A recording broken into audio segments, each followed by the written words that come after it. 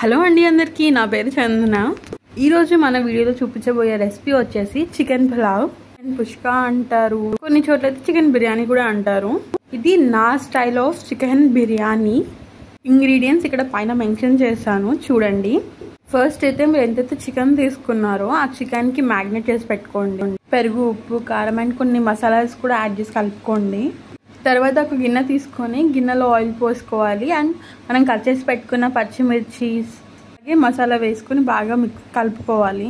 కలుపుకున్న తర్వాత కొంచెంగా సాల్ట్ వేసుకోవాలి. దాని తర్వాత కొంచెం పసుపు వేసుకొని పచ్చివాసన పోయేదాకా ఉంచుకోవాలి.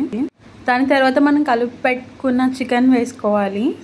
చికెన్ వేసి బాగా మిక్స్ చేసుకోవాలి అండి.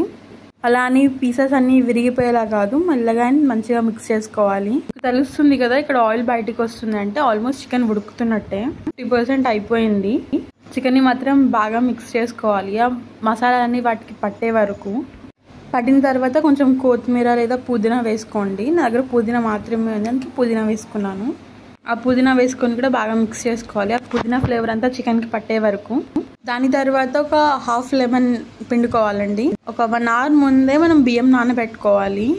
నానబెట్టుకున్న బియ్యం, ఎన్ని గ్లాసెస్ ఆఫ్ బియ్యం తీసుకున్నామో దాన్ని బట్టించి వాటర్ తీసుకోవాలి. నేను 2.5 గ్లాసెస్ బియ్యం తీసుకున్నాను, అందుకే దానికి 4 గ్లాసెస్ ఆఫ్ వాటర్ పోస్తున్నాను. 4.5 అండి. తీసుకోక ముందుకే రైస్ వేసుకొని బాగా మిక్స్ చేసుకోండి. రైస్కి కూడా ఫ్లేవర్ అనేది పడుతుంది కాబట్టి. మనం తీసి పెట్టుకున్న వాటర్ వేసుకోవాలి అండ్ అదే టైంలో మనం ఉప్పు చెక్ చేసుకోవాలి అండి. ఉప్పు ఎక్కువన్నా తక్కువన్నా అప్పుడే తెలుస్తుంది. ఉడికిన తర్వాత మనం ఏం చేయలేం కాబట్టి. వాటర్ పోసినాక కాసేపు మూత పెట్టుకోవాలి. ఉడికి పడుతుందో లేదో మధ్యలో మధ్యలో తీస్తూ చూస్తూ ఉండాలి.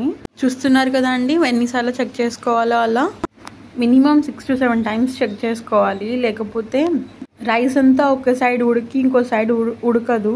నేనైతే బిర్యానీకి పెరుగు పచ్చడి చేశాను, సింపుల్గా చేశానులేండి. ఆనియన్స్, పచ్చిమిర్చి, పెరుగు మాత్రం వేసాను, ఇంకేం వేయలేదు అందులో. అండ్ మన రైస్ చూసారు కదా, ఉడికిపోయింది. అండ్ ప్లేటింగ్ కూడా చేశాను. మనం చేసుకున్న రైతాతోటి కొంచెంగా తీసుకొని తింటుంటే ఆహా అండి, నెక్స్ట్ లెవెల్ ఆఫ్ టేస్ట్. అదైతే చెప్పలేము. పీసెస్ కూడా చాలా బాగా ఉడికాయి, నార్మల్గా కూడా కాదు. అలా ఒక ముద్ద నార్మల్ రైస్, ఇంకొక ముద్ద పెరుగు పచ్చడి, దాని తర్వాత ఒక చిన్న లెమన్ పిండుకొని తింటే ఉంటుంది.